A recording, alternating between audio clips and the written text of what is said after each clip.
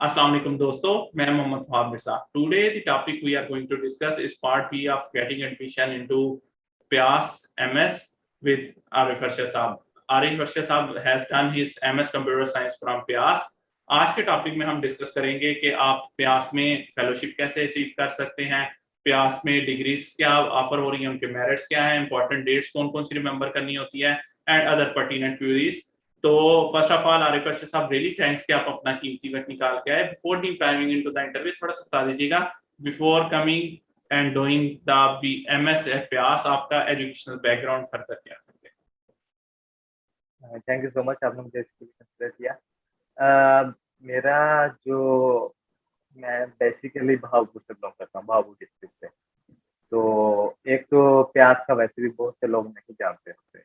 बहावलपुर में अगर मेरे इलाके में देखा जाए, वहाँ तो मोस्टली लोगों को नहीं पता होता। एग्जैक्टली मुझे खुद नहीं पता था जब मुझे यहाँ आने से पहले ना, तो मैं खुद नहीं इतना जानता था। और जो मेरा मेट्रिकुलेशन एसएससी है वो भावलपुर से ही है, वहाँ पे एक तहसील से इल्तवाम से। और बैचलर्स मेरा इस्लामी यूनिवर्सिटी भावलपुर से है, कंप्यूटर सिस्टम्स इंजीनियरिंग में, बेसिकली इंजीनियरिंग में था। और उसमें मैं ब्रॉन्ज मेडलिस्ट भी हूँ।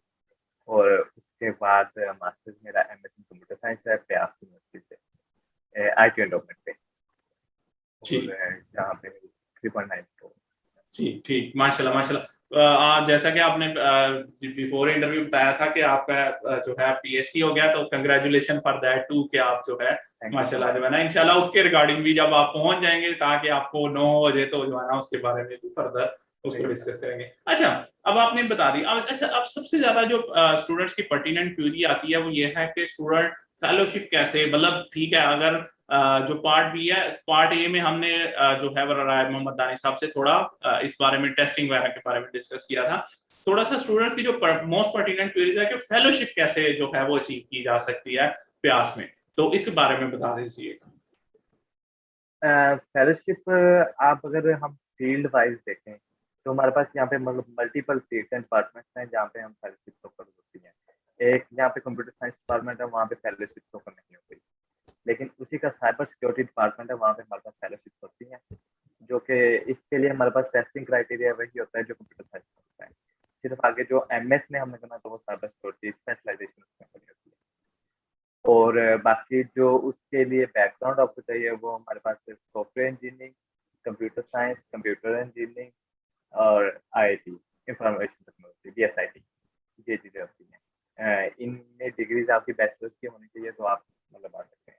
उसके अलावा कंप्यूटर सिस्टम कोई भी डिग्री जिसमें कंप्यूटर आ रहा हो, या उसके अलावा सॉफ्टवेयर इंजीनियरिंग और कंप्यूटर साइंस और आईटी, आप एलिजिबल हो जाते हैं, एलिजिबल क्राइटेरिया है।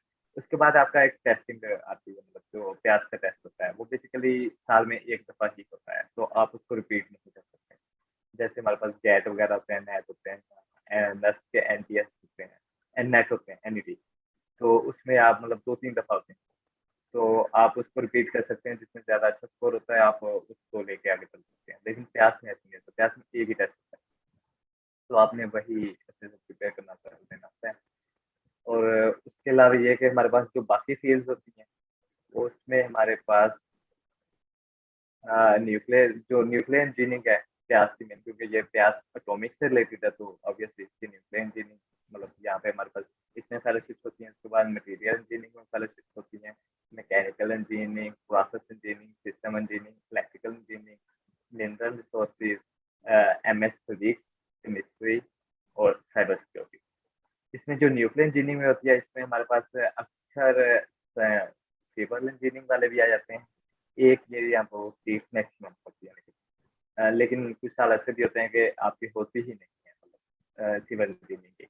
इसके अलावा आपके मैकेनिकल इंजीनियरिंग वाले भी आ जाते हैं। मतलब न्यूक्लियर से रिलेटेड कोई भी फील्ड जो हॉस्पिटल के रिलेटेड है ना, तो वो आ जाती है। मतलब एलिजिबिलिटी क्राइटेरिया हर साल इनका डिफरेंस हो जाता है। लाइक पिछले साल सिविल इंजीनियरिंग की सीट नहीं थी न्यूक्लियर इंजीनियरिंग में, लेकिन उससे पिछले साल थी। तो ये डिपेंड करता है ईयर टू ईयर कि न्यूक्लियर इंजीनियरिंग के लिए कौन कौन एलिजिबल है और कौन कौन नहीं। इसके अलावा मटेरियल इंजीनियरिंग के लिए तो आपका वही मतलब जो फील्ड्स आ रही हैं बाकी के लिए तकरीबन वही होती हैं। और इलेक्ट्रिकल सिस्टम इंजीनियरिंग के लिए होती है कि आपकी इलेक्ट्रिकल इंटू इलेक्ट्रॉनिक्स, या सिर्फ इलेक्ट्रॉनिक्स और इलेक्ट्रिकल इनटू कंप्यूटर, ये हो तो आप सिस्टम इंजीनियरिंग के लिए भी एलिजिबल हो जाते हैं। और अगर इलेक्ट्रिकल इनटू पावर है तो आप इलेक्ट्रिकल इंजीनियरिंग के लिए एलिजिबल होते हैं फेलोशिप के लिए। और बाकी फिजिक्स केमिस्ट्री है तो आप BS फिजिक्स BS केमिस्ट्री हो। और MS साइबर सिक्योरिटी और कंप्यूटर साइंस के लिए टेस्ट वगैरह भी सेम होता है। और सिंपल ये होता है कि मतलब आप एलिजिबल कंप्यूटर के रिलेटेड कोई भी फील्ड है तो आप एलिजिबल हो जाते हैं। सॉफ्टवेयर इंजीनियरिंग, RD या कंप्यूटर, किसी भी डिग्री में कंप्यूटर आ रहा है, लाइक कंप्यूटर सिस्टम इंजीनियरिंग है, कंप्यूटर इंजीनियरिंग है, कंप्यूटर साइंस इंजीनियरिंग है, कंप्यूटर साइंस है, एक्सेट्रा, तो आप इसके लिए एलिजिबल होते हैं। उसके बाद हमारे पास टेस्टिंग क्राइटेरिया आता है। उसमें ये होता है कि 2019 तक ये था कि 100 मार्क्स का एग्जाम होता है, उसमें 100 MCQs होते हैं और आपके पास 3 आवर्स होते हैं उसको सोल्व करने के लिए। उसमें 2 पोर्शन में डिवाइड किया जाता है, एक सब्जेक्टिव पोर्शन और एक जनरल पोर्शन। जनरल पोर्शन में मजीद 3 पोर्शन में डिवाइड किया जाता है। उसमें से एक पोर्शन इंग्लिश का होता है, एक फिजिक्स का और एक मैथमेटिक्स का। जो इंग्लिश का पोर्शन होता है उसमें से 10 MCQs आते हैं, जो फिजिक्स का पोर्शन होता है उसमें 20 MCQs आते हैं और जो मैथ का पोर्शन होता है उसमें भी 20 MCQs आते हैं। उसमें ये होता है कि जनरल पोर्शन और सब्जेक्टिव पोर्शन होता है। उसमें ये होता है कि बेसिकली जो एमसीक्यूज होते हैं वो एफएससी के रिगार्डिंग होते हैं, एफएससी की बुक से होते हैं बेसिकली। तो उनकी जो हमने प्रिपरेशन करनी होती है वो एफएससी की बुक से करनी होती है। उसके बाद 50 सब्जेक्टिव पार्ट आता है, 50 मार्क्स का, और 50 ही एमसीक्यूज होते हैं, वो बैचलर्स की डिग्री में से होते हैं। लाइक अगर मैं कंप्यूटर साइंस का बताऊं तो उसमें डेटाबेस से आ जाते हैं, ऑपरेटिंग सिस्टम, कम्युनिकेशन नेटवर्क्स, या ऊट से आ जाते हैं, डेटा स्ट्रक्चर से आ जाते हैं, सॉफ्टवेयर इंजीनियरिंग से आ जाते हैं। तो ये इन सब्जेक्ट से मेजरली क्वेश्चन आ जाता है। और आर्किटेक्चर, कंप्यूटर आर्किटेक्चर से भी कुछ 2-3 क्वेश्चन आ जाते हैं। तो बेसिकली मतलब वो बैचलर्स की डिग्री से आता है। और बाकी डिग्रीज का भी ऐसे ही। और जो लास्ट ईयर से 2020 से चल रहा है, 2020 और 2021 का भी टेस्ट होना है। तो मतलब इन 2 साल का टेस्ट का जो क्राइटेरियन में ये है कि 60 MCQs होते हैं और 100 मिनट्स होते हैं। ये आई गेस इन्होंने कोरोना की वजह से किया, क्योंकि हमारे पास हम 3 घंटे स्टूडेंट को एक हॉल में नहीं रख सकते थे, तो उन्होंने उसको रिड्यूस करके से जनरल पोर्शन निकाल दिया है। अब टोटली सब्जेक्टिव पोर्शन है 60 मार्क्स का। आपका मतलब एफएससी की आपको तैयारी करने की जरूरत नहीं है, आप टोटली बैचलर्स के सब्जेक्ट्स की तैयारी कर सकते हैं और इसी में से आप क्लियर कर सकते हैं इसको। उसमें हमारे पास लाइक कंप्यूटर साइंस में अगर देखा जाए तो वो डाटा स्ट्रक्चर्स और डेटाबेस, ये सारे सब्जेक्ट जो कंप्यूटर रिलेटेड हैं वही हैं, उसी में से सारे क्वेश्चन आएंगे। ठीक है, यानी कि आप सिर्फ स्पेशलाइज्ड पोर्शन रह गया पहले, लेकिन जो है वो स्पेशलाइज्ड प्लस एफएससी 50% होता था जो है ना। तो अब ठीक डन हो गया। अच्छा, आपने फेलोशिप को भी माशाल्लाह कवर कर दिया। आपने बताया कि कंप्यूटर साइंस में आने के लिए फेलोशिप में उस पर पहले BIT या कंप्यूटर साइंस से रिलेटेड होना चाहिए। इसी तरह इलेक्ट्रिकल का भी बता दिया, डिफरेंट डिपार्टमेंट्स का बता दिया। अब मुझे बताएं, आप फेलोशिप का तो हमने डिस्कस कर लिया। इधर से एक क्वेश्चन जो है वो राइज ये होता है कि फेलोशिप के अलावा प्राइवेटली मतलब यानी कि अपनी फीस दे के भी कर सकते हैं, या फेलोशिप लाजमी होता है प्यास में MS के लिए? थोड़ा सा इस पर इसमें अब ये है कि एक तो मैं थोड़ा सा क्लियर करना चाहूंगा कि अभी कंप्यूटर साइंस का, जैसे कंप्यूटर साइंस में फेलोशिप्स नहीं होती, साइबर सिक्योरिटी में होती है। ये दोनों सेम फील्ड, MS में स्पेशलाइजेशन हो जाती है। साइबर सिक्योरिटी में फेलोशिप्स होती है, कंप्यूटर साइंस में नहीं होती। और लेकिन ये होता है कि कंप्यूटर साइंस में IT एंडोमेंट स्कॉलरशिप होती है, जो कि HEC की स्कॉलरशिप है। उसमें भी आपके कुछ मतलब उनकी कंडीशंस हैं, वो उन्होंने मेंशन की होती हैं, वो भी हर साल चेंज कर देते हैं। लाइक हमारी दफा ये था कि फी वगैरह हम नहीं, हमें सारा फेलोज वाला सहूलियत मुयसर थी, लेकिन सिर्फ ये था कि हमें जॉब नहीं मिल रही थी। लेकिन जो लास्ट 2020 का था उसमें ये था कि फी वगैरह 3000 पर मंथ वो फी देते हैं, लाइक सेमेस्टर की 12,000 देते हैं फी। बाकी सारी स्टूडेंट ने पे करनी होती है। और स्टाइपेंड मिलता है 25,000 मिलता है, और बाकी भी मेडिकल वगैरह भी होती है। बाकी जो रेगुलर पे आने का है वो ये है कि हम रेगुलर पे आ सकते हैं, लाइक उसमें हम थोड़ी बहुत फील्ड भी स्विच कर सकते हैं। लाइक इलेक्ट्रिकल का है तो वो कंप्यूटर साइंस में आ सकते हैं, क्योंकि इलेक्ट्रिकल और कंप्यूटर साइंस मेजरली अगर हम वर्ल्ड वाइड देखा जाए तो एक ही डिपार्टमेंट कंसिडर किया जाता है, मेजरली मतलब मर्ज होते हैं हमेशा। लाइक हम उसमें भी मशीन लर्निंग वगैरह कर रहे हैं, तो इसमें भी हम एक हार्डवेयर सॉफ्टवेयर को कंबाइन करके इलेक्ट्रिकल में किया जाता है, तो हम उसको सॉफ्टवेयर स्पेशलाइजेशन में आने के लिए कंप्यूटर साइंस में आया जा सकते हैं। उसके अलावा बाकी भी फील्ड स्विच कर सकते हैं, रेगुलर बेसिस पे आप एडमिशन ले सकते हैं। और मेजरली आपकी उसी से रिलेटेड फील्ड हो, लेकिन थोड़ी बहुत आप स्विच भी कर सकते हैं। लाइक अगर कोई मैथमेटिक्स का है वो भी कंप्यूटर साइंस कर सकता है, बीएस मैथ किया हुआ है लेकिन कंप्यूटर साइंस में आ सकता है, तो रेगुलर पे फेलोशिप पे या आइडेंटिफाई पे ठीक साइबर सिक्योरिटी या कंप्यूटर साइंस तो डन हो गया। यानी कि आप कह रहे हैं कि फेलोशिप लेने के लिए आपको स्पेशलाइजेशन उसी डिपार्टमेंट में करनी होती है, और कंप्यूटर साइंस में तो वैसे नहीं है, लेकिन उसके साइबर सिक्योरिटी में आपको होती है। इसके अलावा आपने क्या बताया, इलेक्ट्रिकल इंजीनियरिंग में भी फेलोशिप अवेलेबल है। इसके अलावा आपने मटेरियल का भी बताया, और उसमें क्या नाम है, न्यूक्लियर इंजीनियरिंग में भी जो है वो अल्टीमेटली फेलोशिप जो है अचीवेबल है। बाकी मेरे ख्याल में सब डिपार्टमेंट्स में सिर्फ अभी कंप्यूटर साइंस पे टैपिंग है इन टर्म्स ऑफ। जी जी।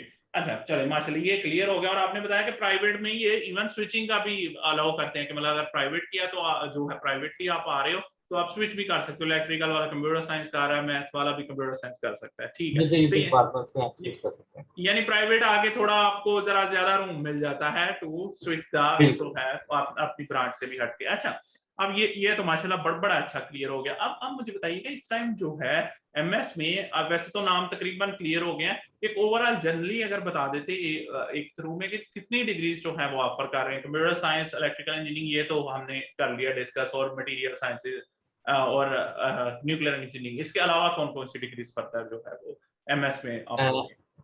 इसमें एमएस मटेरियल इंजीनियरिंग है, एमएस मैकेनिकल इंजीनियरिंग है, MS nuclear engineering, MS process engineering, MS system engineering, MS electrical engineering, MS mineral resources, MS medical physics, ये medical वालों के लिए होता है, MS physics, MS chemistry, MS computer science, MS cyber security, MS nuclear medicine, ये medicine के लिए, MS radiation and medical oncology, MS nuclear power engineering, और एमएस बायोटेक्नोलॉजी और एमएस बायोलॉजिकल साइंसेज। इन ये तकरीबन कोई 15-16 फील्ड्स बनती हैं, इनमें एमएस होता है। माशाल्लाह, दीज आर मतलब मुझे उम्मीद नहीं थी, मुझे सिर्फ 4-5 का ही खुद से तो पता है, लेकिन मतलब मुझे 15 माशाल्लाह ये इन रिसेंट ईयर्स में आके इन्होंने मतलब ज्यादा बढ़ाई हैं, जो ये खासतौर पे मेडिकल और इनसे रिलेटेड। जी बिल्कुल, पिछले कुछ मतलब ये बढ़ाते आ रहे हैं पिछले कुछ सालों से ना कुछ फील्ड्स बढ़ाते आ रहे हैं। अभी सब में फेलोशिप्स नहीं है, फेलोशिप्स कम है, जैसे मतलब एमएस न्यूक्लियर मेडिसिन में फेलोशिप नहीं होती, एमएस रेडिएशन में फेलोशिप नहीं होती, एमएस बायोटेक्नोलॉजी में फेलोशिप नहीं होती, एमएस बायोलॉजिकल साइंस में भी फेलोशिप नहीं होती, मेडिकल फिजिक्स में भी फेलोशिप नहीं होती और कंप्यूटर साइंस में भी फेलोशिप नहीं होती। तकरीबन 5-6 डिपार्टमेंट्स ऐसे हैं जिसमें फेलोशिप नहीं होती, और बाकी 8-10 डिपार्टमेंट्स ऐसे हैं जिसमें फेलोशिप्स होती है। ठीक है। आरिफ साहब, एक स्टूडेंट जो है वो श्योर होना चाह रहा है कि मतलब देखें, ऑब्वियसली फेलोशिप और जॉब लेना भी एक ऑब्वियसली जिंदगी के मकसद में से ही एक होता है, तो वो श्योर होना चाह रहा है कि किन किन में फेलोशिप ऑफर हो रही है। जैसे आपने अभी 5-6 का तो वैसे बता, कोई वेबसाइट भी है जहां से पता चल सकता है कि इनमें फेलोशिप ऑफर हो रही है, या कोई कोई हेल्पफुल लिंक हो जहां से पता चल जाए फॉर श्योर कि मैंने इसमें अप्लाई करना भी है कि नहीं, अगर अगर he is just looking for fellowship at जो है वो ब्यास? जी बिल्कुल, admission.pyas.edu.pk पे जो इनकी मतलब एडमिशन की वेबसाइट है, वहाँ पे एक इंफॉर्मेशन लीफलेट का एक बटन बना हुआ है। वहाँ पे क्लिक करेंगे तो एक पीडीएफ ओपन हो जाएगा, उसमें एक ग्राफ बना हुआ है जिसमें हम मतलब देख सकते हैं। अगर मैं आपको लिंक शेयर कर दूंगा, जी जी जी वो आप कर दीजिएगा। आफ्टर द उसके अलावा इंटरव्यू। मैं जी जी थोड़ा सा बता देता हूँ उसका, जी जी जी जी कि हाँ, थोड़ा लाइक सा उधर एक टेबल सा बना हुआ है, जी जी उसमें हमारे पास जो फर्स्ट कॉलम है उसमें डिपार्टमेंट्स लिखे हुए हैं, और फर्स्ट रो है उसमें भी डिपार्टमेंट्स लिखे हुए हैं, उनमें से टिक लगे हुए हैं। जिन पे टिक लगे हुए हैं, जो रो वाइज हम देख सकते हैं कि कौन सा किस में एलिजिबल है। लाइक अगर हम सेकंड कॉलम देखें तो वहाँ पे मैकेनिकल है, तो उसमें टिक लगा हुआ है मतलब न्यूक्लियर के सामने, तो मतलब न्यूक्लियर के लिए मैकेनिकल वाला फेलोशिप ले सकता है, ठीक। और मैकेनिकल के सामने लिखा हुआ वो भी ले सकता है, तो न्यूक्लियर पावर इंजीनियरिंग भी ले सकता है। तो ऐसे हमारे पास टिक्स लगे हुए हैं, लाइक जो एक्चुअली रोज और कॉलम मैच कर रहे हैं तो वो वाले फेलोशिप के लिए एलिजिबल है, और बाकी रेगुलर एडमिशन ले सकते हैं। ठीक ठीक, माशाल्लाह माशाल्लाह, उम्मीद है कि स्टूडेंट्स और व्यूअर्स को बहुत ज्यादा इंशाल्लाह इससे आप मिलेगी। अच्छा, आपने ठीक है डिग्रीज का भी बता दिया, कोई तरीका होता है, मुझे पता है कि एमएस में तो obviously merit isn't being shown like the under graduate, और मेरे ख्याल में प्यास में तो इवन अंडर ग्रेजुएट में भी मेरिट शो नहीं कर रहे होते हैं, बता रहे होते हैं कि आपको कौन से में हुआ। तो लेकिन कोई अंदाजा किसी तरीके से हो सके कि कौन सी डिग्रीज का मेरिट हाई है या कौन सी का कम है, थोड़ा सा इस बारे में पता चल सकता है? मतलब क्या, या ये सिर्फ रैंडम अजम्पशन होती है ऑफ द स्टूडेंट्स के जो है ना, मतलब इसका मेरिट ज्यादा है या कम है? ये इसमें एक्चुअली में थोड़ी सी हम इतना ज्यादा क्लियर नहीं कर सकते, क्योंकि इसमें ये होता है कि डिफरेंट फील्ड से आ रहे होते हैं। लाइक कंप्यूटर साइंस वाला कंप्यूटर साइंस में जा रहा होगा, और सिस्टम इलेक्ट्रिकल वाला इलेक्ट्रिकल में जा रहा होगा, इलेक्ट्रॉनिक्स वाला सिस्टम में जा रहा होगा, तो सबकी फील्ड्स डिफरेंट होती है, तो इसलिए हम कंपैरिजन इतना कर नहीं सकते।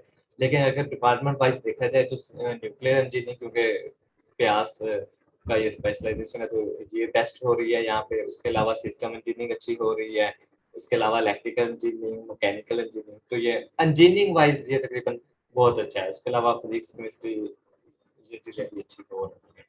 ठीक। आरिफ साहब, इधर क्या नाम है, प्यास में कोई जैसे जैसे मुख्तलिफ यूनिवर्सिटी में कॉमसेट्स वगैरह में उसमें आप टेस्ट 2 दफा कंडक्ट करवा सकते हैं, मतलब NTSA 3 दफा दे सकते हैं, इस तरह नीट भी नेस्ट एंट्री टेस्ट भी इसी तरह 2-3। तो आया इसमें MS में जो है प्यास का भी टेस्ट कोई 2-3 दफा कंडक्ट होता है, या ये जस्ट फॉर फर्स्ट टाइम होता है? और अगर होता है तो कैसे एक स्टूडेंट मेक श्योर कर सकता है कि उसको अच्छी तरह परफॉर्म कर सके? थोड़ा सा इस बारे में बता दीजिए। नहीं, इसमें हमारे पास जो प्यास का टेस्ट होता है वो बेसिकली वन टाइम होता है। ठीक है। वो साल में एक दफा होता है, उसी की बेस पे आप एडमिशन होते हैं। ये होता है कि रेगुलर, अगर आप रेगुलर का एडमिशन लेना चाहें तो मतलब नॉन फेलोज, तो उसके लिए आप गैट की बेसिस पे अप्लाई कर सकते हैं। उसके लिए लेकिन आपको ये होगा कि बिल्कुल चांसेस नहीं होंगे आपके फेलोशिप के। लेकिन अगर आपने फेलोशिप के लिए ही अप्लाई करना है तो आपको प्यास का टेस्ट देना पड़ेगा, और वो वन टाइम टेस्ट होता है, एक साल में एक दफा होता है, और उसी की बेसिस पे आप जैसा भी स्कोर करेंगे उसी की बेसिस पे आपको मेरिट बनेगा। और उसके अलावा टेस्ट में इंश्योर का ये है कि आपके जो मेजर इसमें जो प्यास की एडमिशन की वेबसाइट है वहाँ पे कुछ सब्जेक्ट्स भी बताए गए होते हैं। लाइक मैकेनिकल का है तो ये सब्जेक्ट्स तैयार करो, और न्यूक्लियर का है तो ये करो, एक्स्ट्रा।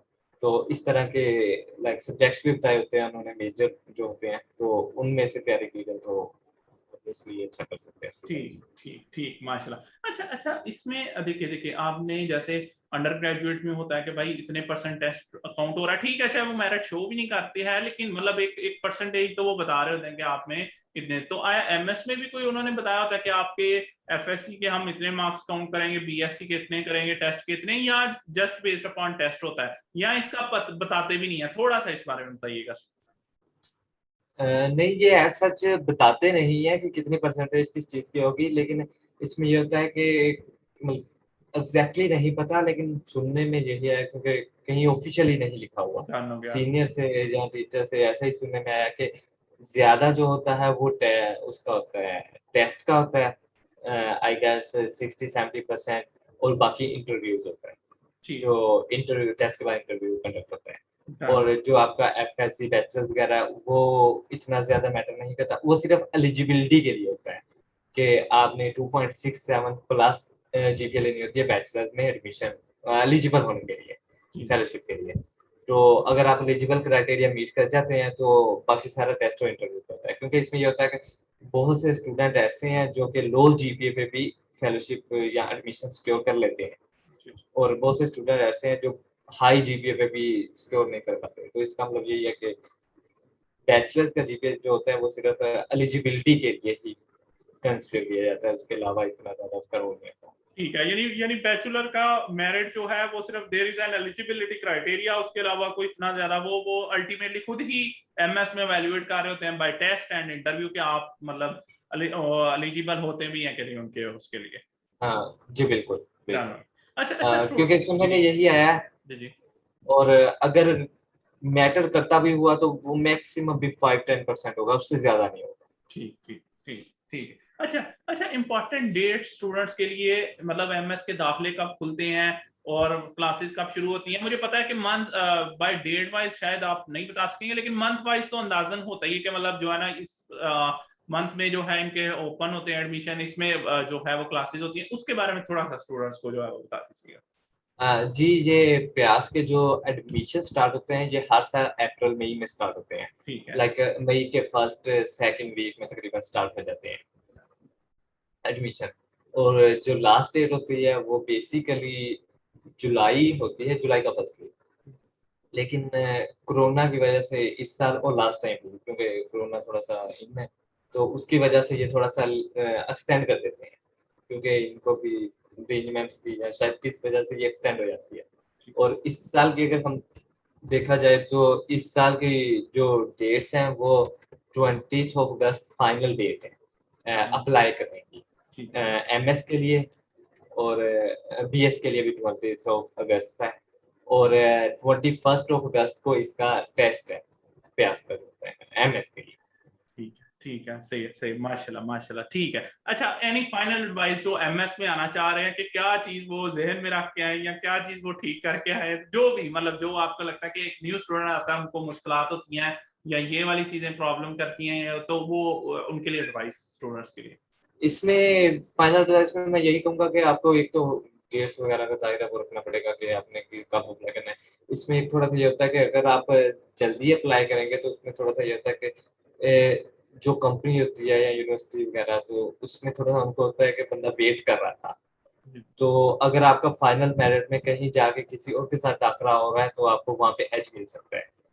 उसके अलावा यहाँ पे ये होता है कि अगर हमारे पास लाइक टेस्ट वगैरह है तो टेस्ट का आपने अपना बेस्ट देना है, उसमें आप अपने जो मेजर सब्जेक्ट्स हैं डिग्री के वो आप तैयार करके जाएं तो ज़्यादा बेस्ट दे देंगे। और टेस्ट में अगर आप टेस्ट अच्छा कर जाते हैं तो क्योंकि उसकी परसेंटेज ज़्यादा है ओवरऑल में, तो ज़ाहिर है अगर आपका टेस्ट अच्छा होता है तो आप ओवरऑल ऊपर चले जाएंगे और फिर इंटरव्यू में भी बेहतर करेंगे और आपको फेलोशिप के चांसेस बढ़ सकते हैं।